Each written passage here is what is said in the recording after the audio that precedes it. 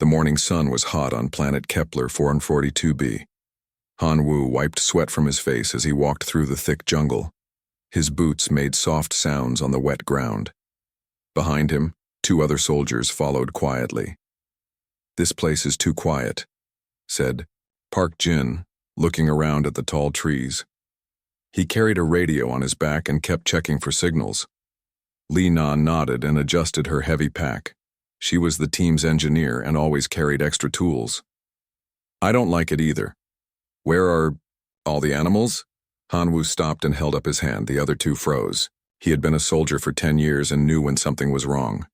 The jungle felt different today. No birds sang, no insects buzzed. Even the wind seemed to hold its breath. "We should go back," Li Na whispered. "Not yet," Han Wu said. "Command needs to know what happened to the mining station. We're almost there." They had been walking for 2 hours. The human mining station should be just ahead. 3 days ago, all contact with the station had stopped. No radio calls, no daily reports, nothing. The war with the Nexari had been going on for 3 months. The alien race wanted to take human planets. They had better weapons and faster ships, but humans fought back anyway. Han Wu checked his rifle. It was an old model that fired metal bullets. Not fancy like alien energy weapons, but it worked. He had used it in 5 battles already. "Movement ahead," Park Jin said quietly into his radio. About 50 meters. Han Wu crouched behind a large tree. Through his scope, he could see the mining station. The buildings were still there, but something was wrong. The doors hung open. Equipment was scattered everywhere. And there were no people. "What do you see?" Li Na asked. "Nothing good," Han Wu replied. "The place is empty, but someone destroyed it." They moved closer, staying low. The mining station had been home to 40 people. Now it looked like a ghost town. Burn marks covered the walls. Some buildings had holes blown through them. "Energy weapons did this," Li Na said, looking at the damage. "Nexari weapons." Park Jin tried his radio again. "Base, this is Scout Team 3. The mining station is destroyed. No survivors visible. Looks like..." A bright blue light hit Park Jin in the chest. He fell down hard and did not move. His radio sparked and went silent. "Contact," Han Wu shouted. He raised his rifle and looked for targets. More blue lights flashed from the trees. Energy bolts hit the ground around them, making the dirt explode. Han Wu grabbed Li Na and pulled her behind a metal container. "How many?" Li Na asked. She pulled out her pistol with shaking hands. "Too many," Han Wu said. He could see shapes moving in the jungle, tall figures in dark armor. The Nexari had been waiting for them. An alien soldier stepped out from behind a tree. He was 7 feet tall with green scaly skin. His armor was black and covered with lights. In his hands was a rifle that glowed with blue energy. Han Wu fired 3 shots. The bullets hit the alien's armor but bounced off. The alien turned and fired back. The energy bolt missed Han Wu by inches and melted a hole in the metal container. "Their armor is too strong," Li Na shouted. More aliens appeared. 10, then 20, then more. They surrounded the small area where the humans hid. Their weapons hummed with power. Han Wu kept firing, but his bullets did no damage. The aliens walked closer like they were taking a walk in the park. They were not afraid at all. "Surrender, humans," one alien called out. His voice was deep and rough. "You cannot win." "Never," Han Wu replied. He reloaded his rifle. "Look around you," the alien said. "You have primitive weapons. We have technology beyond your understanding. This is not a fair fight." Han Wu looked at Li Na. She was checking on Park Jin. "He's alive," she whispered, "but unconscious." The alien who had spoken walked closer. Han Wu could see her face, now. She had yellow eyes and sharp teeth. Scars covered the left side of her face. On her armor was a symbol that meant she was a commander. "I am Commander Yarath," she said. "You will come with us, or we will stun you like your friend." "What do you want?" Han Wu asked. "Information," Yarath replied. "About your military, about your planets, about your weaknesses. We'll never tell you anything." Yarath laughed. It sounded like rocks grinding together. All species say that. At first, but they always talk in the end. She looked at Han Wu's rifle and shook her head. Projectile weapons. How primitive. Your people still use gunpowder and metal bullets. We stopped using such things 1,000 years ago. They still work, Han Wu said. Against what? Animals? Other humans? Yareth picked up a rock and threw it at a tree. Her strength was incredible. The rock went through the tree trunk like a bullet. Your weapons cannot even scratch our armor. More Nexari soldiers came out of the jungle. They carried Park Jin between them. His eyes were closed, but he was breathing. You have a choice, Yareth said. Come peacefully or we stun you too. Either way, you are coming with us. Han Wu looked around. 30 alien soldiers surrounded them. Each one was bigger and stronger than any human. Their weapons could kill him in one shot. His rifle was almost useless against their armor. But he kept watching and thinking and remembering everything he saw. The aliens moved in a pattern. They kept their weapons charged and ready. Their armor had weak spots at the joints. Their commander was confident, maybe too confident. Time to choose, Yareth said. She raised her weapon and pointed it at Li Na. Drop your weapons or she dies. Han Wu looked at Li Na. She gave him a small nod. She understood. They would surrender now, but this was not over. Okay, Han Wu said. He put his rifle on the ground. We surrender. Smart choice, Yareth said. Take them to the ship. The general will want to see them. 2 aliens grabbed Han Wu's arms. Their grip was like iron. Other aliens picked up Li Na and the unconscious Park Jin. As they walked through the jungle, Han Wu kept watching. He watched how the aliens moved, how they talked to each other, how they handled their weapons. He watched everything and remembered it all. The aliens thought they had won. They thought humans were weak and stupid. But Han Wu knew something they did not. Humans never gave up. And humans learned from everything, even from being captured. The Nexari ship was huge. Han Wu had never seen anything so big flying in space. It was 10 times larger than any human ship. The walls were made of black metal that seemed to glow with its own light. 2 alien guards pushed Han Wu down a long hallway. His hands were tied behind his back with energy chains that felt warm against his skin. The chains were made of pure light, but they were stronger than steel. Move faster, human, one guard said. His voice came through a translator device. All the words sounded flat and cold. Han Wu walked slowly on purpose. He wanted to see everything. The hallway had doors on both sides. Some were open and he could see inside. There were rooms with computers, rooms with weapons, and rooms with strange machines. The lights in the ceiling changed colors as they walked. Blue meant they were in a safe area. Red meant weapons were nearby. Green meant important people worked there.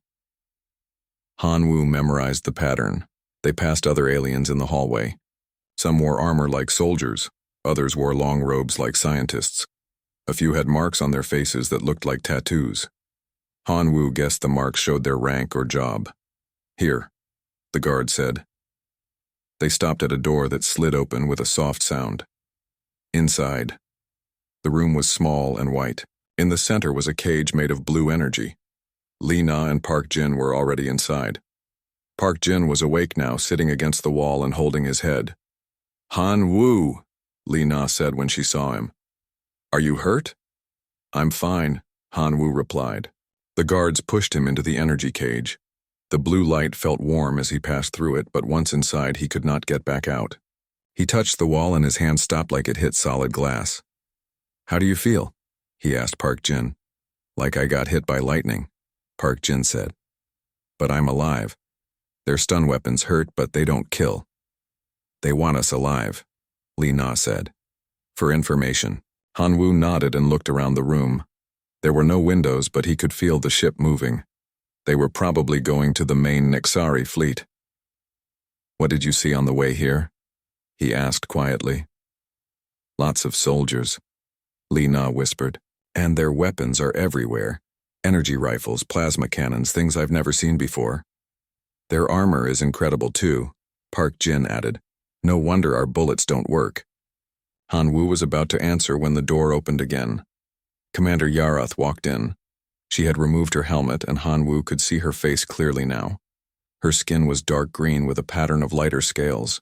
Her eyes were bright yellow, with black slits in the center. "So," she said, looking at the three humans, "you are awake. Good. We have much to discuss." She walked around the cage slowly, like a predator studying its prey. "I have been fighting for 30 years. I have conquered 15 worlds. I have seen many species surrender when they realized they could not win. But not humans." Han Wu said. Yarath stopped walking and looked at him. "No, not humans. Your species is strange. You keep fighting even when you have no chance, even when you know you will lose. Why?"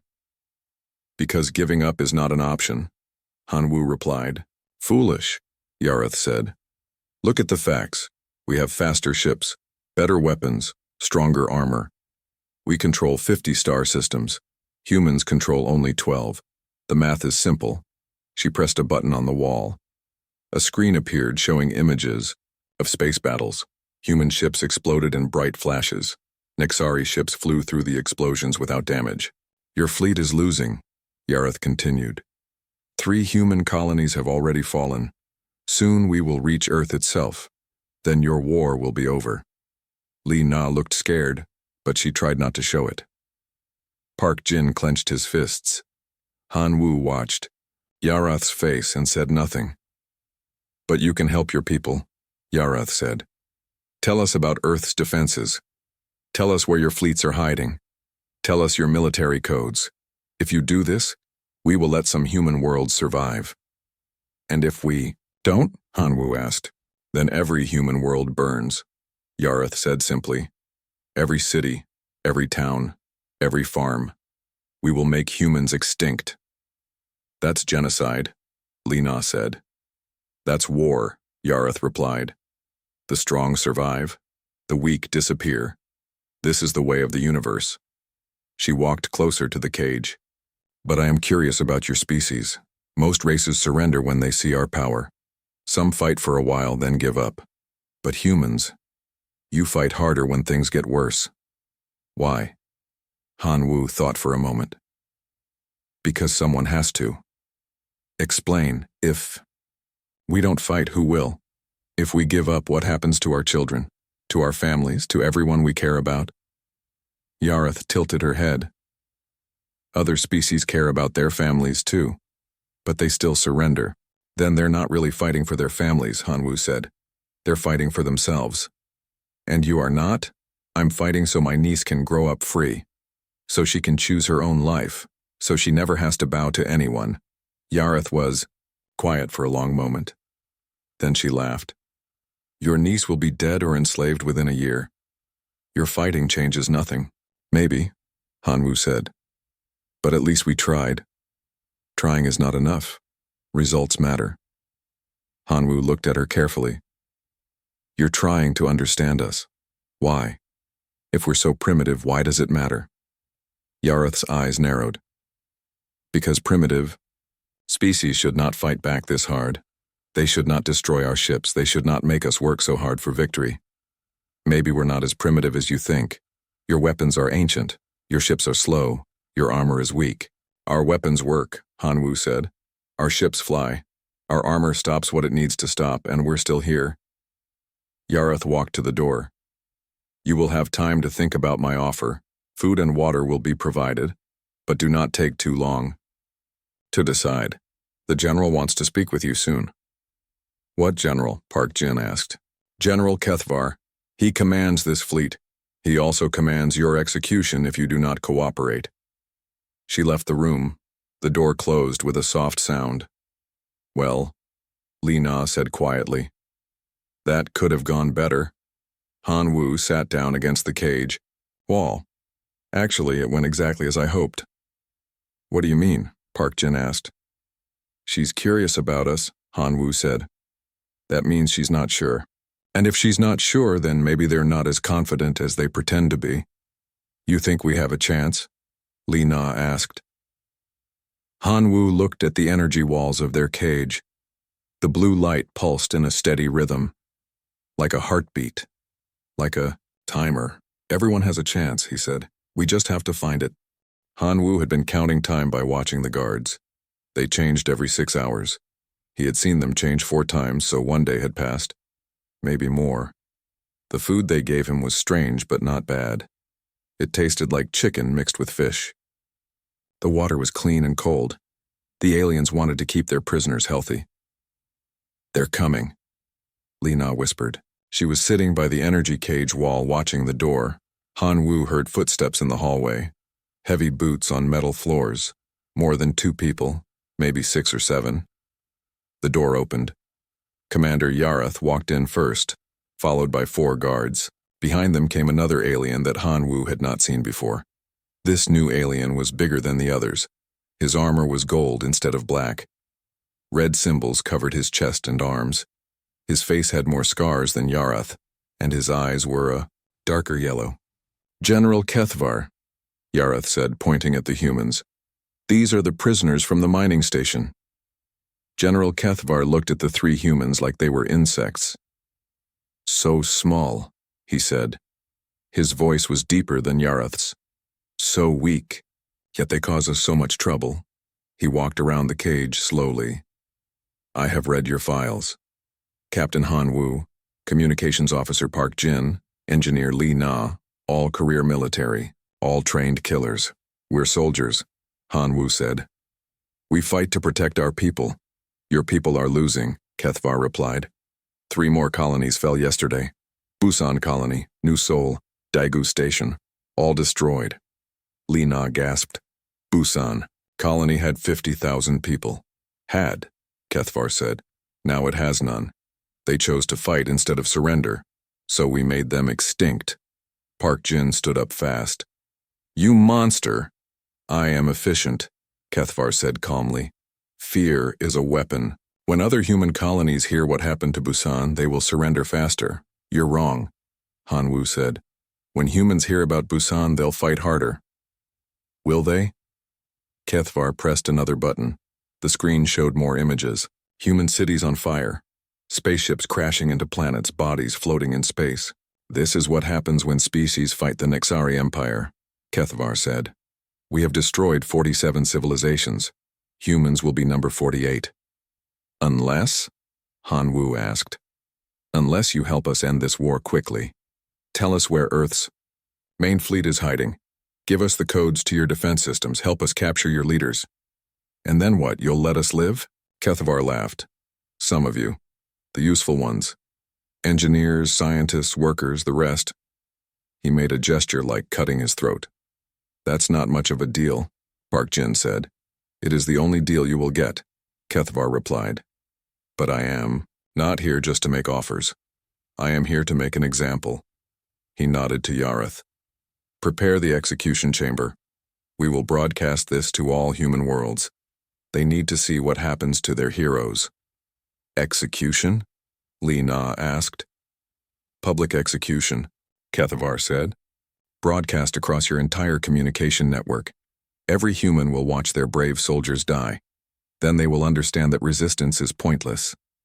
The guards opened the energy cage. Move, one of them said. Han Wu, Li Na, and Parky. Jin walked out of the cage. The energy chains appeared around their hands again. The guards pushed them toward the door. Wait, Han Wu said. Can I ask you something, General? Kethvar stopped. What? Why do you hate humans so much? We've only been fighting for 3 months. I do not hate humans, Kethvar said. I hate what you represent.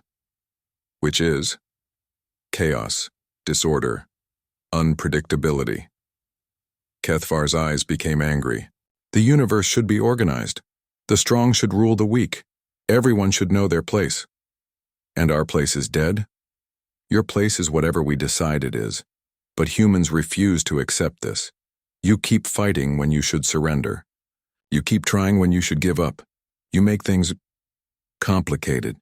They walked through the ship's hallways. Han Wu saw more aliens now. Some were soldiers, but others looked like workers or scientists. They all stopped to stare at the human prisoners. They've never seen humans before, Li Na whispered. Most of them haven't, Yarath said. Your species is unique. Most aliens look similar to us. Scales, claws, tough skin. But humans are so soft, so fragile, yet so dangerous. They entered a large room filled with aliens. Hanwoo counted at least 200. Some sat in chairs like an audience. Others operated cameras and recording equipment. At the front of the room was a platform. 3 metal posts stood in the center.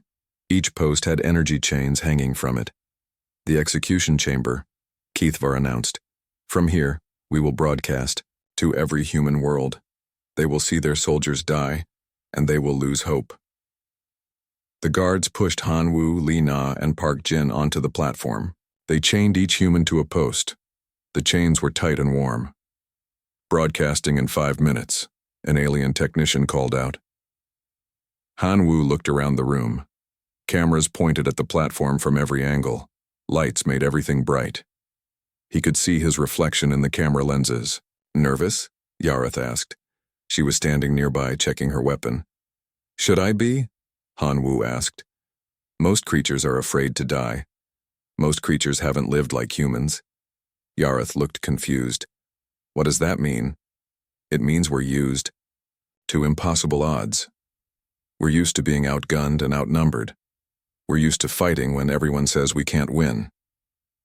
And yet you always lose in the end. Do we? Hanwoo asked. We're still here. Still fighting. Still causing you problems. Not for much longer.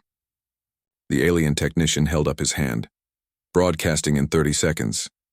Keithvar walked to the front of the room. Citizens of the Nexari Empire, he began, and humans of the outer colonies. Today you will witness the end of human resistance. 15 seconds, the technician called.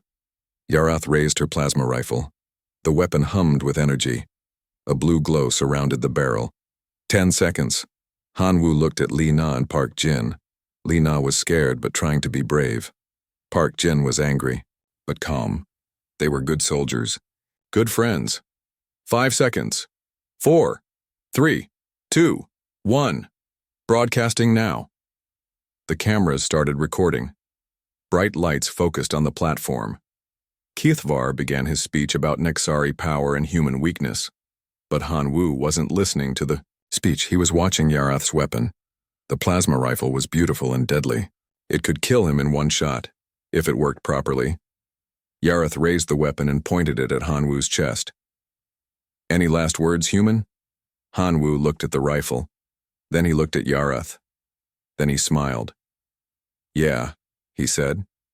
Safety's on. Yarath looked down at her weapon. Her confident expression changed to confusion, then to worry, then to panic. The safety mechanism was indeed engaged. The weapon would not fire. Impossible, she whispered. Nothing's impossible, Hanwoo said. You just have to pay attention. The room erupted in chaos. Aliens shouted in confusion, cameras kept recording, and Hanwoo's smile grew wider. The game had begun. Yarath stared at her weapon in shock. The safety light glowed red. Red meant the weapon would not fire. But that was impossible. She had checked the weapon before coming to the execution chamber. The safety had been off. How? She whispered. Hanwoo smiled. You left your rifle on the table during my first interrogation. When you turned to look at the screen, I leaned forward like I was trying to see better. But really, I was studying your weapon. The chains, Yarath started to say. Were long enough for me to reach the table, just barely. It took me 3 tries to find the right button. General Keithvar pushed through the crowd of confused aliens. What is happening? He demanded. The weapon will not fire, Yarath said. The humans somehow engaged the safety. That is impossible. You are a trained warrior. You would never make such a mistake. I didn't make a mistake, Yarath said. He did this. Keithvar looked at Hanwoo with new eyes. Clever, but pointless. We have many weapons here. Do you? Hanwoo asked. Are you sure they all work? Lee Na suddenly smiled. The EMP generator, she whispered. What? An alien guard asked. Nothing, Li Na said quickly, but her hand moved slightly inside her uniform. During their capture, Li Na had been carrying her engineering tools. The aliens had taken her big equipment but missed the small items hidden in her clothes. Over the past day, she had been quietly building something. An electromagnetic pulse generator. Very small, very weak, but strong enough to disrupt alien electronics for a few seconds. Li Na now, Han Wu shouted. Li Na pulled out a small device no bigger than her thumb. She pressed a button on the side. Nothing seemed to happen for a moment. Then every alien weapon in the room started making strange sounds. Lights flickered on the weapons. Some started smoking. "What did you do?" Kethavar roared. "Basic physics," Li Na said. "Your weapons run on complex electronics. EMP disrupts electronics. Simple math." The aliens tried to fire their weapons, but nothing worked. The weapons made clicking sounds or hummed strangely, but no energy beams came out. Park Jin saw his chance. He threw himself sideways, breaking free from his energy chains. The EMP had weakened the chains too. He grabbed an alien guard and wrestled him to the ground. "The chains," he yelled. "They're weak now." Han Wu pulled hard on his chains. They stretched like rubber bands instead of holding him tight. He broke free and jumped off the platform. Li Na did the same. All three humans were now free in a room full of aliens with broken weapons. But the aliens were still bigger and stronger, and there were 200 of them. "Surround them," Kethavar ordered. "Use your claws and teeth if you must." The aliens began closing in. Han Wu looked around for anything he could use as a weapon. He saw Yareth's plasma rifle on the floor where she had dropped it. "Yareth," he called out. "Your weapon." She looked down at her rifle, then back at Han Wu. "It does not work. The EMP damaged it." "Are you sure?" Han Wu asked. He picked up the rifle and examined it quickly. "The safety is still on, but the EMP might have reset the electronics." He found the safety button and pressed it. The red light turned green. "Interesting design," he said. "Mind if I borrow this?" Before anyone could answer, Han Wu pointed the rifle at the ceiling and pulled the trigger. A bright blue energy beam shot out and melted a hole in the metal above. "It works." "Fine," he said. "You just had the safety on." The room went completely silent. Every alien stared at the human holding their most advanced weapon. "Now," Han Wu said calmly, "let's discuss the situation." General Kethavar's face turned dark with rage. "You are still outnumbered 200 to 3. One weapon cannot save you." "Maybe not," Han Wu agreed. "But this broadcast is still going out to every human world, isn't it?" He looked directly at the cameras. "Hello, Earth. Hello, all human colonies. My name is Captain Han Wu. As you can see, the aliens are not as unstoppable as they want you to believe." "Turn off the cameras," Kethavar ordered. "Can't do that, sir," the alien technician said. "The EMP damaged our control systems. The broadcast is locked on." Han Wu smiled at the cameras. "Their weapons can be disabled. Their armor has weak points. And most importantly, they make mistakes when they get angry or overconfident." He gestured around the room.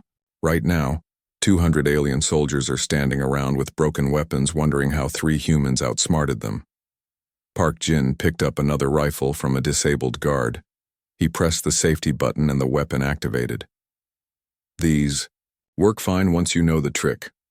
Li Na found a third weapon. Soon all 3 humans were armed with Nexari plasma rifles. "This broadcast was supposed to break human morale," Han Wu continued, still speaking to the cameras. "Instead, it shows that humans can beat aliens with planning, teamwork, and a little bit of luck." "Enough," Kethavar shouted. He pulled out a small device and pressed a button. "Security teams to the execution chamber.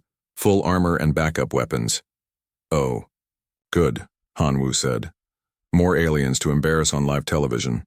But he knew they only had a few minutes before alien reinforcements arrived. The EMP effect was already wearing off. Some of the alien weapons were starting to work again. "Li Na," he said quietly. "Can you access their computer systems?" "Maybe," she said. "If I can get to a terminal." "There." Park Jin pointed to a control panel near the cameras. "That looks like a main system." Li Na ran to the panel while Han Wu and Park Jin kept the aliens back with their stolen weapons. She pulled out her tools and started working on the alien computer. "What are you doing?" Yarath asked. She had picked up a backup weapon, but she seemed more curious than angry. "Now, learning," Lina said without looking up. "Your computers are advanced, but they follow the same basic rules as ours." Her fingers moved quickly over the alien controls. "Got it," she said. "I'm into their system." "What can you see?" Han Wu asked. "Everything," Lina said with wonder. "Ship layouts, weapon systems, communication codes, fleet positions, this is incredible." "Download what you can," Han Wu said. "We need to get out of here." "Already on it," Lina said. "But Han Wu, you need to see this. They're not as strong as they pretend to be." "What do you mean?" "Their fleet has problems, food shortages, equipment failures, low morale. They've, been fighting for so long that they're exhausted." "Is that true?" Han Wu asked Yarath. Yarath said nothing, but her expression gave her away. "It is true," Han Wu said. "You're just as tired of this war as we are. The difference is, we are winning," Yarath replied. "Are you?" Han Wu looked at the cameras again. "People of Earth, the alien fleet has serious problems. They're not the unstoppable force they claim to be. Keep fighting. Keep believing. We can win this war." Alarms started ringing throughout the ship. Heavy footsteps echoed in the hallways. "Time to go," Park Jin said. "This way," Lina said, looking at the ship's layout on the computer. "Escape pods are 2 levels down." The 3 humans ran toward the exit, still carrying their stolen weapons. Behind them, the aliens shouted in confusion and anger, but the damage was done. The broadcast had shown the entire human race that their enemies could be defeated. The war was about to change. Han Wu, Lina, and Park Jin ran through the ship's hallways. Behind them, they could hear alien soldiers shouting and heavy boots on metal floors. The alarms were so loud that Han Wu could barely think. "This way," Lina called out. She was reading the ship's map on a small device she had taken from the computer. "The escape pods are just ahead." They turned a corner and ran into 4 alien guards. The guards raised their weapons, but Han Wu was faster. He fired his stolen plasma rifle 3 times. The blue energy beams hit the aliens and knocked them down. "Their armor protects them," Park Jin said, looking at the unconscious guards. "But it doesn't stop their own weapons." "Good to know," Han Wu said. "Keep moving." They reached a large door marked with alien symbols. Lina pressed some buttons and the door opened. Inside was a room filled with small ships. Each ship was just big enough for 3 or 4 people. "Escape pods," Lina said. "Choose one." Han Wu picked the pod closest to the door. It looked new and well-maintained. "This one," he said. They climbed inside.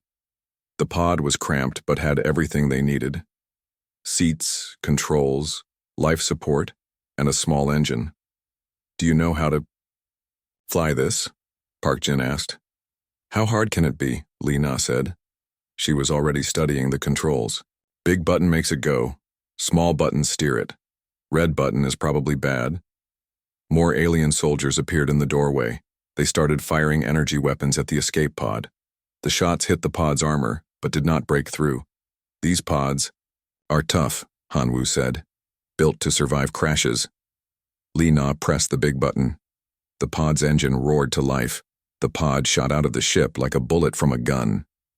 Through the small window, Han Wu could see the Nixari command ship getting smaller behind them. It was even bigger than he had thought. The ship was the size of a small city. "Where are we going?" Park Jin asked. "Away from here," Lina said. "The pod's computer has a navigation system. It knows where the nearest human outpost is." "How far?" Han Wu asked. 3 days, Lina said. "If we don't run out of fuel?" "Will we?" "Probably not. These pods are designed for long trips." Han Wu looked back at the alien ship. It was still following them, but it was much slower than the small escape pod. "They can't catch us." "No," Lina agreed. "But they can send faster ships after us." As if she had predicted the future, 2 small alien fighters appeared from the command ship. They were much faster than the escape pod and closing quickly. Weapons? Hanwoo asked. None, Li Na said. This is an escape pod, not a fighter. Then we run. Li Na pushed the engine to maximum power. The pod shook and vibrated, but it went faster. The alien fighters were still gaining, but more slowly. Now, look, Park Jin said. He was pointing out the window. More ships. In the distance, Hanwoo could see human ships, 3 destroyers and a cruiser. They were coming fast. That's Admiral Kim's task force, Park Jin said excitedly. They must have heard our broadcast. The human ships opened fire on the alien fighters. Missiles and laser beams filled the space around them. The alien fighters turned away from the escape pod to fight the human ships. We're safe, Li Na said. For now, Hanwoo corrected.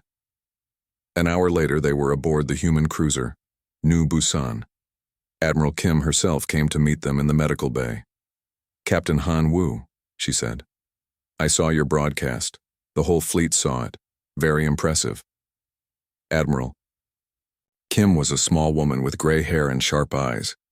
She had been fighting aliens for 20 years, even before the Nexari arrived. Thank you, Admiral, Hanwoo said. But the important thing is the information Li Na downloaded. Yes, Admiral Kim said. We've been analyzing it. This intelligence is incredibly valuable. Fleet positions, supply lines, communication codes. This could change the entire war. Li Na sat up in her medical bed. Admiral, there's something else. Something I planted in their computer system before we left. What kind of something? A virus, Li Na said with a smile. It won't destroy their systems, but it will make them unreliable, weapons that misfire, navigation that gives wrong directions, communications that cut out at bad times. Admiral Kim's eyes went wide. How long will it take to spread? It's already spreading, Li Na said. Every time their ships communicate with each other, the virus spreads further. In a week, their entire fleet will be infected. Outstanding, Admiral Kim said. What about their ability to remove it? They can try, Li Na said. But the virus adapts. Every time they fix one problem, 2 new problems appear. It will take them months to clean it out completely. Admiral Kim turned to Hanwoo. And your broadcast has already had an effect. 3 colonies that were ready to surrender have changed their minds. Recruitment is up 30%. Morale is higher than it's been since the war started. What about the Nexari? Hanwoo asked. How are they reacting? Badly, Admiral Kim said. Our intelligence shows they're having arguments among their commanders. Some want to attack immediately. Others want to wait and fix their computer problems first. They can't agree on strategy. Park Jin laughed. So we turned their strength against them. Exactly, Admiral Kim said. They're so used to winning easily that they don't know how to handle setbacks. 6 months later, Hanwoo stood in a classroom on Earth. In front of him sat 30 young soldiers, all eager to learn. The most important thing to remember, Inom told them, is that every enemy has weaknesses, even enemies with better technology. A young soldier raised her hand. But how do you find the weaknesses? By watching, Hanwoo said. By listening, by thinking. The Nexari were so sure they were superior that they stopped being careful. They made mistakes because they thought we couldn't hurt them. What kind of mistakes? Another soldier asked. They underestimated human intelligence. They thought primitive weapons meant primitive minds. They thought being smaller meant being weaker. Hanwoo walked to the window and looked out at the sky. But being smaller can be an advantage. Small things move faster. Small things can hide better. Small things can get into places that big things cannot. Is the war over? A soldier asked. Not yet, Hanwoo said. But we're winning. The Nexari fleet is still dealing with Li Na's virus. 3 of their commanders have been replaced because of their failures. And most importantly, they've lost their confidence. What's next? Hanwoo smiled. Next, we take the fight to them. We show them that humans don't just defend. We attack. We adapt. We never give up. He looked at his students.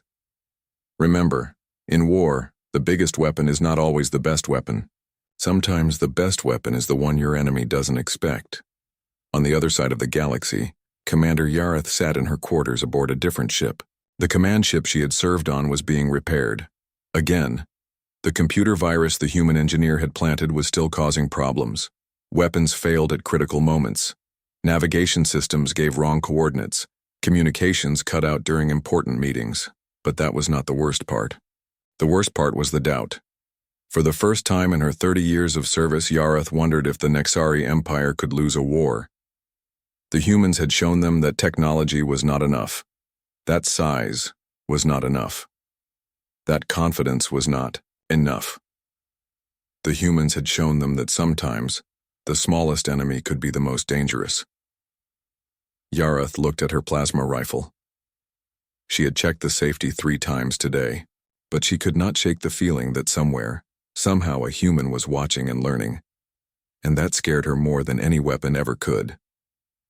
The war was far from over. But now, both sides knew that anything could happen. And in a war where anything could happen, the humans had already won the most important battle, the battle for hope.